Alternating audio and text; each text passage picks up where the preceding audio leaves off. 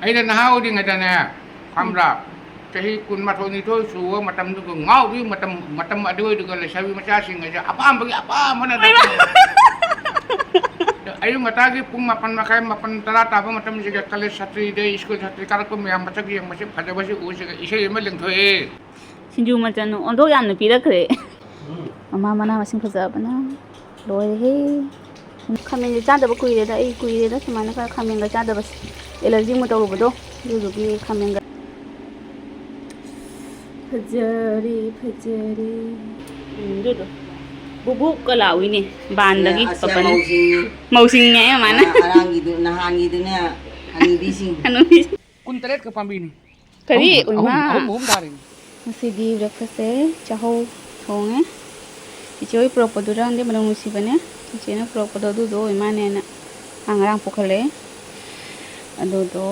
सिगा कामे तो मथा संगोम तौरगा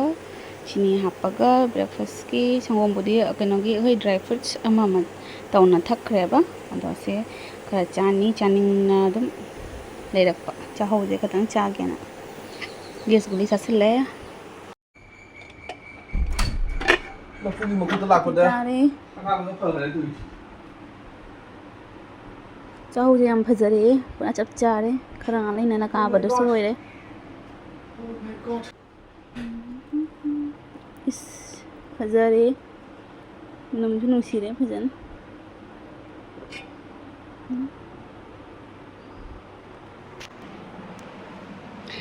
फजरे पूरा चप चारे चानिंग मुदो होयरे ये संगोम से अमूल जिगा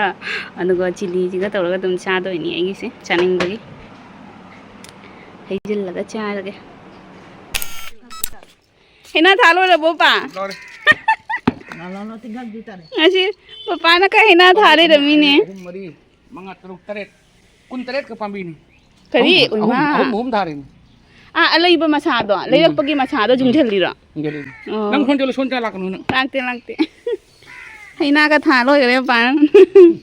है ना जाम चादोरी चादोरी lupa mami maca ne lupa mami maca keji ma khajing 100 gram ai rang de ali puna ma pore sani ya kai da chahum mai rang de kai the bisi mama ta thanga laune sina phajare bhajana do bubu kalawi ne ban lagi papan mausing है माना arangi du nahangi du ne hani bising yam phajare ne bubu lawi ban da papan leirame na dasidi खाजिंग धमा दा ले खामेन से लोबा मनम मुसीबना खामेन जे चादब कुइरे दा कुइरे दा समाना का खामेन गा चादब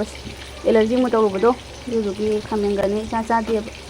मसी चादोरी चही अमरोम हाइरे मसी चादोरी खामेन लोबा से तिलौ तौरगा तोलगा भत्ता चारगे बुनासो खामेन मसी दे बुनासो चादोरे चादब कुइरे मिना चानिंग याम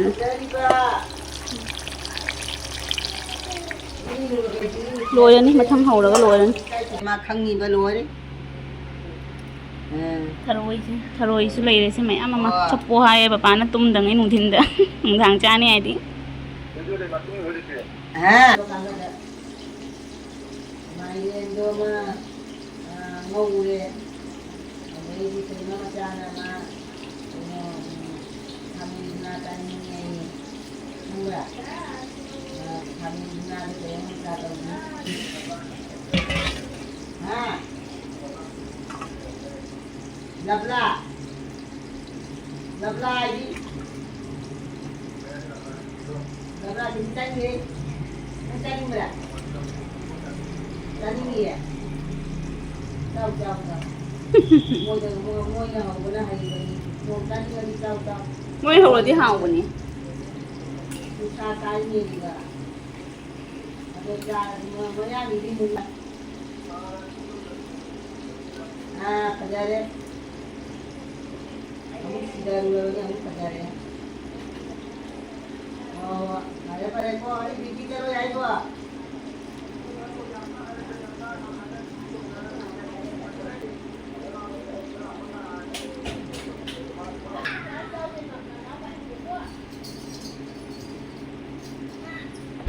마 강민이. 강민이 에이수 강민이. 오이마 이거 마수 한 통지 깜깜. 아따가.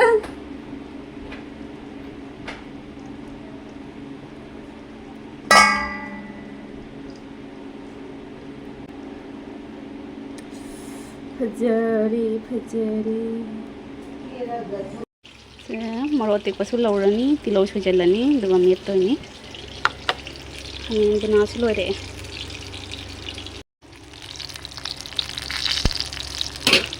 सेनी लास्ट लोरे वाव काय थबी मानदौना सोइखरे जे फजन को खंद्री सिंजू मचन से डिमांड दी तौखरे ले लाकपा तारदी सोइदमके सिंजू फजबमदी चारनी लास्ट होइना अदो येंसी लाकपा लाक्तबा इराइबकिनी हाइदी हाइगरे काय थबीगा आलूगा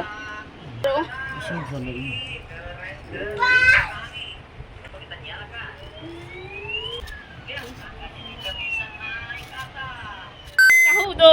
चासंगी मैंने थंगले संगोमगा चिनीगा तौरगने चुम चुमना थोंगा चारीबा ngौदबिदा मथेल फजारे चकलामद्रे आइसु पुंग अमंगी दुआइदा चागेना मथक्ता चिचेसु माइरेनगा तोला चा माइरेन ने खामेन गुना गाइथबी मेटपा देगी सिना सौगुरीगा पा हाउथारे पा हाउब्रो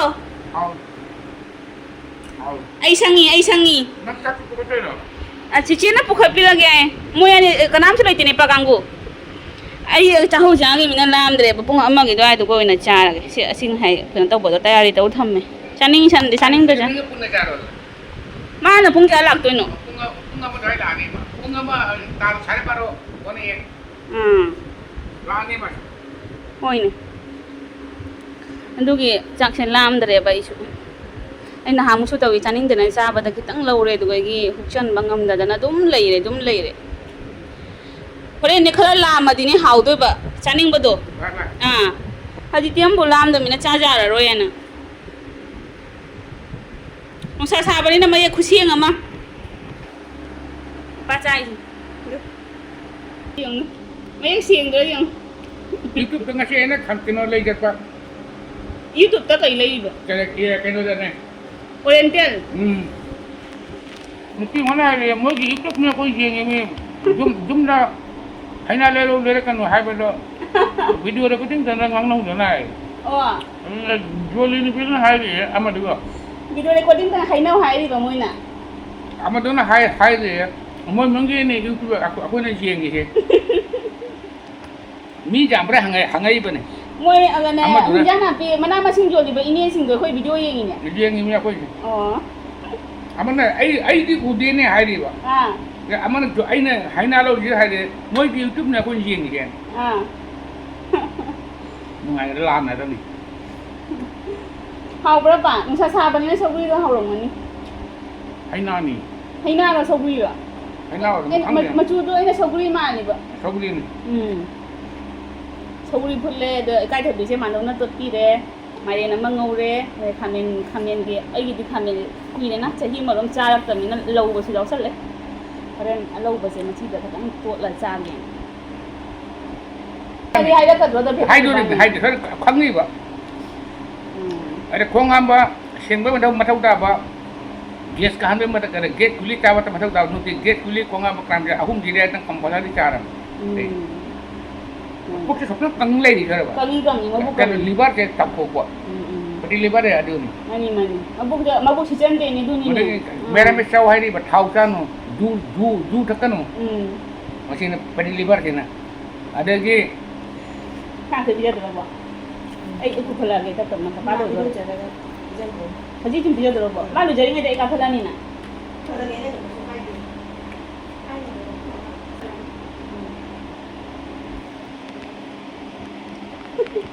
không biết mi thì na khôi muốn đi chụp chuyện này cơ riam na khôi phải thằng cái gì ai khôi punna lei ba do mà cũng bố vậy này chúng ta trong đầu vậy Angang Nipa leitre ko. Nipa leitre ai vậy na. Ai na ako papa se nipa taru po ma di jai na ko. Nipa taru po mri kai na. Ai khoi ya ji phapan man do khoi loi le mi nai se. Ni na jam na nu si na hai ne ba. Phapan ne man thau ne kaka ne. Sumai le mi jau tu mem jo rong mon. Jau wi do su jam tang ne na. Ji kan je tang ne na.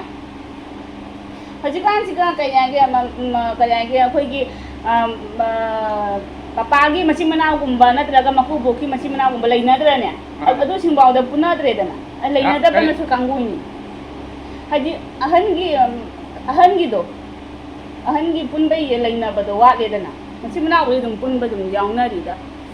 ꯑꯍꯟꯁꯤꯡꯗꯤ ꯂꯩꯅꯗꯕꯁꯨ ꯌꯥꯎꯅꯔꯦꯗ ꯃꯌꯥꯝ ꯍꯥꯏꯗꯤ ꯂꯩꯈꯤꯗꯕꯁꯨ ꯌꯥꯎꯅꯔꯦ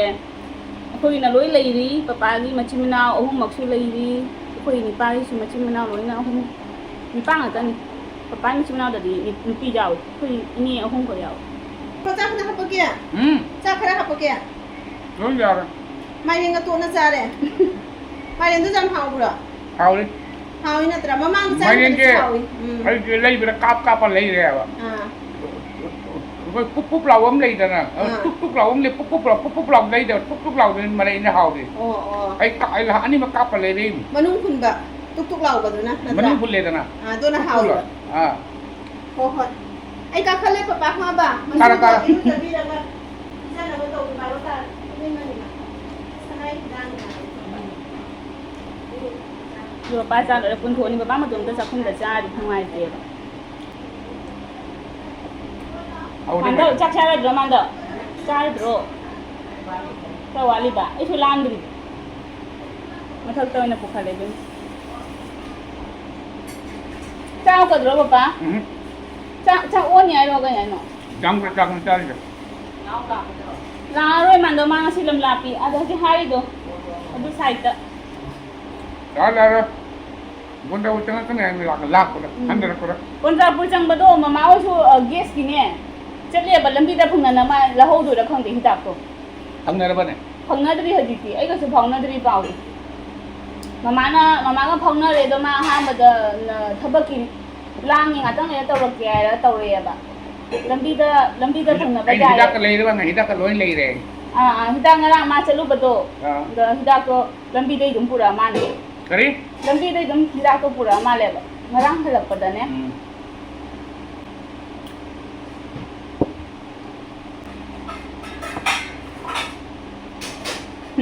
Papa nó sao đi hui ý sinh gì cặp đi mày nè tiền gì nè Không đó. mà hi thật sự luôn vậy sinh thật sự suy ra đấy mai hình dạng mà nhìn thì thật sự luôn xin là phải đôi nghĩ sao được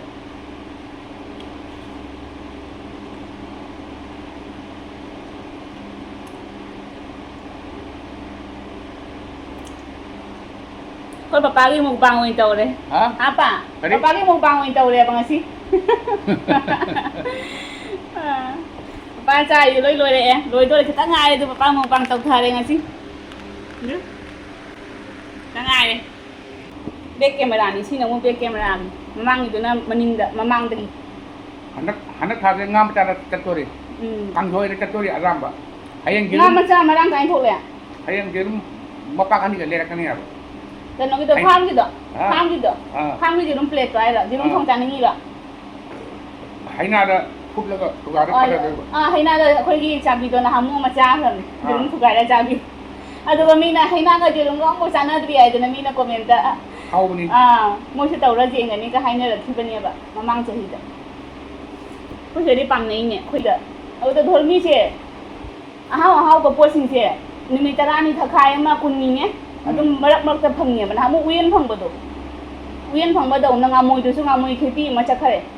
ngamoi ngata nuti Ngamoi do kichung le ki phelon kon na phari me aw do oiram ngani lu de kang ba phelon da ma ngamoi phaja bodo sigadi thok tri ji su ma sam sa di thoi ngatra amu ene lei bi ge tab adu di kui re ba handak to thok te ba ate tholok bi rồi e làm rang rồi bani khoi pa sa ba kui bu kui ho din hau đi yang rang chu loi hao re khamen buna chu hao kwa kui e cha da ba na tra khamen buna chu kui re cha na da खामेन हापगा मयान मयान ngौथोंग अदुम चाने बा खामेन जि लोय चाने अइना बु जादा बै चादा बदो कुइरे ना चही अमा हाइरम तोरे अदुगा खामेन बुना से तौना चादा बु कुइरे ngasi di खामेन बुना नि तौइस लोय रे पा नहावाय पपागी नहाव ngai wari ai bado kainogi isei da sakchelamgadani ni matamgi satri sayendi do adu isei da sakchelamgadani nahawai wari ai do papagi isei ama thaina gi lei ai su siga laga ahan batai no pona loi bani adu pa marak ta sak lei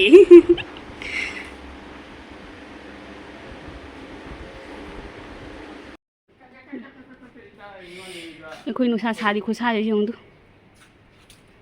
ꯁꯤꯒ ꯑꯩꯈꯣꯏ ꯁꯧꯒ꯭ꯔꯤꯅ ꯍꯥꯎꯔꯅꯤ ꯀꯥꯈꯠꯂꯅꯤ ꯍꯧꯖꯤꯛ ꯃꯀꯨꯟ ꯑꯍꯨꯝꯗ ꯂꯧꯒꯗꯕꯗꯣ ꯂꯧꯍꯧꯗ꯭ꯔꯦ ꯅꯪ ꯅꯣꯏ ꯃꯤ ꯌꯥꯝꯕ꯭ꯔꯥ ꯍꯪꯉꯛꯏꯗꯣ zone ꯌꯥꯝꯕ꯭ꯔꯥ ꯑꯃꯅ ꯍꯥꯏꯔꯦ ꯖꯣꯟ ꯌꯥꯝꯗ꯭ꯔꯕꯅꯦ ꯃꯣꯏꯒꯤ ꯖꯣꯟ ꯌꯥꯝꯈ꯭ꯔꯕ ꯃꯣꯏ ꯑꯗꯨꯝ ꯈꯪꯉꯦ ꯑꯗꯨꯗꯤ ꯑꯗꯣ ꯀꯩꯅꯣꯗꯣ ꯍꯥꯏꯔꯛꯑꯣ ꯃꯇꯝꯒꯤ ꯁꯥꯇ꯭ꯔꯤ ꯁꯩꯑꯦꯡꯕꯤꯗꯣ ꯑꯝꯇ ꯍꯥꯏꯔꯛꯑꯣ ꯀꯗꯥꯏꯗ ꯊꯥꯗꯣꯏꯅꯣ ꯅꯪꯒꯤꯗꯣ ꯁꯤꯒ ꯊꯥꯗꯒ ꯀꯔꯝꯕ ꯊꯥꯗꯣꯏꯅꯣ ꯑꯥꯗ ꯀꯥꯏ ꯃꯅꯤꯄꯨꯔꯗ ꯃꯊꯛꯇ ꯌꯨꯇꯨꯕꯇ ꯊꯥꯗꯣꯏ ꯃꯅꯤꯄꯨꯔꯗ ꯊꯥꯗꯣꯏꯗꯣ ꯃꯣꯏ ꯂꯣꯏ ꯌꯦꯡꯗꯣꯏꯅꯤꯅꯦ ꯌꯨꯇꯨꯕꯇ ꯊꯥꯅꯦꯕ ꯃꯇꯝꯒꯤ ꯁꯥꯇ꯭ꯔꯤ ꯁꯩꯑꯦꯡꯕꯤꯗꯣ ꯍꯥꯏꯔꯛꯑꯣ ꯑꯝꯇ ꯀꯥꯎꯈꯔꯦ ꯀ꯭ꯋꯥꯁꯨ ꯍꯥꯎꯋꯤ ꯆꯥꯔꯤ ꯆꯥꯛ ꯇꯣꯂꯛꯄꯩ ꯑꯩꯅ ꯅꯍꯥ ꯑꯣꯏꯔꯤꯉꯩꯗꯅꯦ ꯈꯪꯕ꯭ꯔꯥ ꯆꯍꯤ 22 ꯁꯨꯕ ꯃꯇꯝꯗꯨꯒ ꯉꯥꯎꯕꯤ ꯃꯇꯝ ꯑꯗꯨꯏꯗꯨꯒ ꯂꯩꯁꯥꯕꯤ ꯃꯆꯥꯁꯤꯡ ꯑꯁꯦ ꯑꯄꯥꯝꯕꯒꯤ ꯑꯄꯥꯝꯕꯅ ꯑꯌꯨꯛ ꯉꯟꯇꯥꯒꯤ ꯄꯨꯡ 9:30 ꯇꯥꯕ ꯃꯇꯝꯁꯤꯗ ꯀꯣꯂꯦꯖ ꯁꯥꯇ꯭ꯔꯤꯗ ꯁ꯭ꯀꯨꯜ ꯁꯥꯇ꯭ꯔꯤ ꯀꯥꯔꯛꯄ ꯃꯌꯥꯝ ꯃꯁꯛ ꯌꯦꯡꯕꯁꯤ ꯐꯖꯕꯁꯤ ꯎꯁꯤꯒ ꯏꯁꯩ ꯑꯃ ꯂꯦꯡꯊꯣꯛꯑꯦ ꯑꯗꯨ ꯏꯁꯩꯗꯨ ꯃꯇꯦꯛ ꯑꯃ ꯇꯥꯍꯜꯂꯛꯀꯦ ꯑꯗꯨ ꯑꯩ ꯁꯩꯔꯦꯡ ꯑꯣꯏꯅ ꯊꯤꯔꯛꯑꯒꯦ ꯏꯁꯩ ꯑꯣꯏꯅ ꯁꯛꯑꯔꯣꯏ ꯁꯩꯔꯦꯡ ꯑꯣꯏꯅ ꯀ꯭ꯋꯥꯁꯨ ꯍꯥꯎꯋꯤ ꯆꯥꯔꯤ ꯆꯥꯛ ꯇꯣꯂꯛꯄꯩ ꯐꯣꯇꯣ ꯅꯝꯃꯤꯔꯣ ꯚꯤꯗꯤꯑꯣꯅꯤ ꯍꯥꯏꯔꯛꯑꯣ ꯍꯥꯏꯔꯣ ꯃꯇꯝꯒꯤ ꯁꯥꯇ꯭ꯔꯤ ꯁꯩꯍꯦꯟꯕꯤ ꯃꯥꯏꯗ ꯄꯧꯗꯥ ꯊꯥꯔꯤꯕꯤ ꯄꯧꯗꯥ ꯊꯥꯕꯤ ꯄꯧꯗꯥ ꯊꯥꯕꯤ ꯃꯩꯋꯥꯎꯕꯤ ꯁꯤꯟꯗꯨꯔ ꯇꯩꯕꯤ ꯃꯩꯉꯥꯡꯕꯤ ꯂꯤꯁꯇꯤꯛ ꯇꯩꯕꯤ ꯆꯤꯟꯕꯥꯟ ꯉꯥꯡ ꯅꯨꯃꯤꯠꯇꯨ ꯂꯩꯈꯥ ꯖꯪꯖꯍꯧ ꯈꯨꯗꯤ ꯊꯤꯅ ꯇꯨꯖꯅꯤ ꯋꯥ ꯐꯖꯔꯦ ꯌꯥꯝ ꯐꯖꯔꯦ ꯗꯤꯕꯥꯅꯟꯗ ꯗꯤꯂꯤꯞ ꯀꯨꯃꯥꯔ ꯁꯥꯔꯕ ꯁꯥꯇ꯭ꯔ ꯃꯆꯥꯅ ꯄꯨꯂꯤꯁꯀꯤ ꯆꯩꯔꯥꯛ ꯐꯪꯕꯗꯤ ꯁꯥꯇ꯭ꯔꯤꯅ ꯁꯨꯝ ꯂꯥꯡꯒꯦꯅꯤ Dibananda Dilip Kumar Rajesh Khanna Saruba Satra Machana Pulis ki Chaira Phangbadi Satrina Sunglangini Wah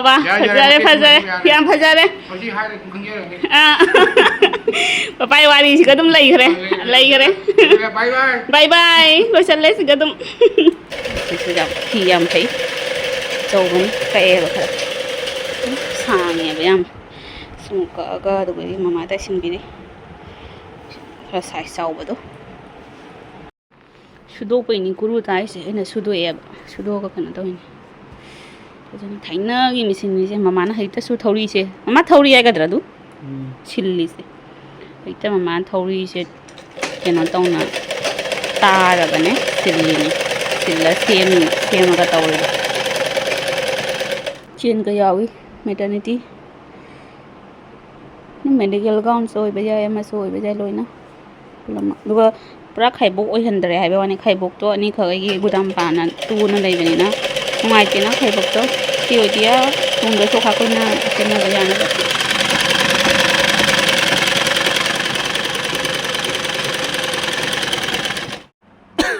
tin ha re cha thing tha no bit le helui ni jenga siri ma tuition leite ai tuition de hala mo rai tau ba Jika घर का मोमो दे मोमो बांदगी पुंगदोन खाई रे बानी चामिना runny मसक्ति उहलरोगे इबानी मग लोरे आदि saga Sabne सक्का से उहलरोगे इबिनिंगी सी होई चान थोरक पदला मोमो से जेंस बेस मोमो नि दा खो चिकन पसंद जाते बा दना बेस मोमो ना चामिना दोनी समय से जाय रके मयाय दा चटनी हेजन लगे Main tahu raga.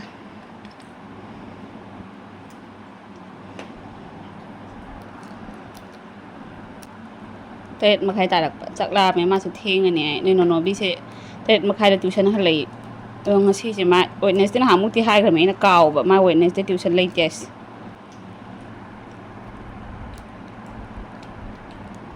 ꯁꯤꯗ ꯂꯩꯔꯦ ꯁꯖꯥꯏꯅ ꯂꯩꯔꯦ ꯆꯥꯔꯅꯤ ꯁꯤꯡꯖꯨ ꯃꯆꯜ ꯐꯖꯔꯦ ꯉꯔꯥꯡ ꯆꯤꯆꯦꯗ ꯍꯥꯏꯈꯤꯕ ꯉꯔꯥꯡ ꯆꯤꯆꯦꯗ ꯍꯥꯏꯔꯒ ꯉꯔꯥꯡꯁꯦ ꯅꯨꯡꯗꯥꯡꯗ ꯑꯗꯨꯝ ꯃꯥꯅ ꯏꯅꯦꯗ ꯍꯥꯏꯈ꯭ꯔꯦ ꯃꯊꯛ ꯂꯩꯀꯥꯏꯗ ꯃꯃꯥ ꯃꯅꯥ ꯃꯁꯤꯡ ꯐꯖꯕꯅ ꯂꯣꯏꯔꯦꯍꯦ ꯑꯩꯅ ꯐꯛꯄꯥꯏꯁꯨ ꯌꯥꯎꯔꯦ ꯑꯗꯨ ꯑꯩꯅ ꯐꯛꯄꯥꯏꯁꯦ ꯑꯩꯈꯣꯏ ꯐꯛꯄꯥꯏ ꯑꯃ ꯍꯥꯏꯅ ꯑꯩꯅ ꯏꯄꯥꯝꯗ ꯂꯩꯔꯤꯉꯩꯗ ꯐꯛꯄꯥꯏ ꯂꯩꯇꯦ ꯈꯣꯠꯇꯦꯅ ꯂꯧꯕꯗꯣ ꯏꯅꯦꯅ ꯐꯛꯄꯥꯏꯒ ꯍꯥꯞꯆꯤꯟꯕꯤꯔꯛꯑꯦ ꯁꯤꯡꯖꯨꯒꯤ ꯃꯆꯜ ꯁꯤꯡꯖꯨꯒꯤ ꯂꯥꯁ ꯑꯣꯏꯅ ꯁꯤꯡꯖꯨ ꯑꯍꯥꯎꯕ ꯆꯥꯍꯧꯒꯦ ꯍꯥꯏꯅ ꯑꯃꯨꯔꯛ ꯁꯤꯡꯖꯨꯒꯤ ꯃꯆꯜ ꯃꯥ ꯉꯁꯤ ꯆꯠꯂꯨꯏ ꯑꯩꯈꯣꯏꯔꯣꯝꯗ ꯁꯣꯝꯗ ꯄꯥꯅꯤ ꯕꯣꯔꯥꯒꯤ ꯁꯥꯏꯠ ꯔꯣꯝꯗ ꯆꯠꯂꯨꯕ ꯑꯗꯨꯒ ꯌꯧꯔꯛꯄ ꯂꯩꯈꯃꯥꯟ ꯏꯀꯥꯏꯊꯕꯤꯒꯁꯦ ꯂꯩꯔꯩꯔꯥ ꯈꯪꯗꯦꯅꯦ ꯂꯩꯔ ꯍꯥꯞꯄꯩꯔꯥ ꯈꯪꯗꯦꯅꯦ ꯏꯀꯥꯏꯊꯕꯤꯒꯁꯦ ꯌꯥꯝ ꯐꯖꯩꯅꯦ ꯆꯥꯅꯤ ꯆꯥꯅꯤ ꯏꯀꯥꯏꯊꯕꯤꯒ ꯍꯥꯞꯄꯩꯅꯦ ꯏꯀꯥꯏꯊꯕꯤꯁꯦ ꯁꯤꯡꯖꯨ ꯃꯆꯜ ꯑꯣꯟꯊꯣꯛ ꯌꯥꯝꯅ ꯄꯤꯔꯛꯈ꯭ꯔꯦ ꯑꯩꯈꯣꯏ ꯆꯤꯆꯦꯗꯣ ꯍꯧꯖꯤꯛ ꯑꯉꯥꯡ ꯑꯦꯛꯖꯥꯝꯒꯤ ꯀꯨꯏꯔꯛꯇ꯭ꯔꯦ ꯑꯗꯨꯗꯨꯅ ꯃꯥꯗꯣ ꯌꯥꯗꯅ ꯃꯦꯝꯃꯒ ꯇꯧꯅꯈ꯭ꯔꯅꯤ ꯑꯉꯥꯡ ꯑꯅꯤꯒ ꯇꯧꯅ ꯂꯩꯕ ꯀꯥꯕꯨꯋꯟꯁꯇ ꯑꯗꯣ ꯅꯤꯅꯦꯅꯦ ꯅꯌꯥꯝꯅꯦ ꯌꯥꯝ ꯊꯋꯥꯏ ꯌꯥꯎꯅ ꯅꯌꯥꯝꯅ ꯁꯨꯃꯥꯏꯅ ꯋꯥꯉꯩ ꯊꯤꯕꯤꯔꯒ ꯃꯔꯣꯏ ꯃꯄꯥꯡ ꯄꯤꯕꯤꯔꯛꯄꯁꯦ ꯌꯥꯝ ꯅꯨꯡꯁꯤꯌꯦ ꯅꯌꯥꯝ ꯅꯤꯅꯦ ꯍꯣꯏ ꯂꯣꯏꯅ ꯄꯨꯟꯁꯤ ꯁꯥꯡꯅ ꯅꯥꯗ ꯌꯦꯛꯇꯅ ꯂꯩꯕ ꯑꯣꯏꯌꯨꯀꯣ ꯑꯗꯣ ꯅꯤꯅꯦꯁꯨ ꯅꯌꯥꯝꯁꯨ ꯊꯦꯡꯛ ꯌꯨ ꯁꯣ ꯃꯆ ꯃꯊꯪꯗ ꯐꯖꯅ ꯍꯥꯎꯅ ꯆꯥꯔꯛꯑꯒꯦ ꯃꯊꯪꯒꯤ ꯚꯤꯗꯤꯑꯣꯗ ꯑꯗꯣ ꯃꯌꯥꯝ ꯉꯁꯤꯒꯤ ꯚꯤꯗꯤꯑꯣꯁꯦ ꯃꯇꯥꯡꯁꯤꯗ ꯑꯗꯨꯝ ꯂꯣꯏꯁꯤꯟꯖꯔꯒꯦ ꯅꯦꯛꯁ ꯚꯤꯗꯤꯑꯣꯗ ꯑꯃꯨꯛ ꯌꯥꯝꯅ ꯐꯪꯅꯔꯁꯦ ꯁꯤꯡꯖꯨ ꯑꯍꯥꯎꯕꯒ ꯂꯣꯏꯅꯅ ꯕꯥꯏ ꯕꯥꯏ Think I've been here before.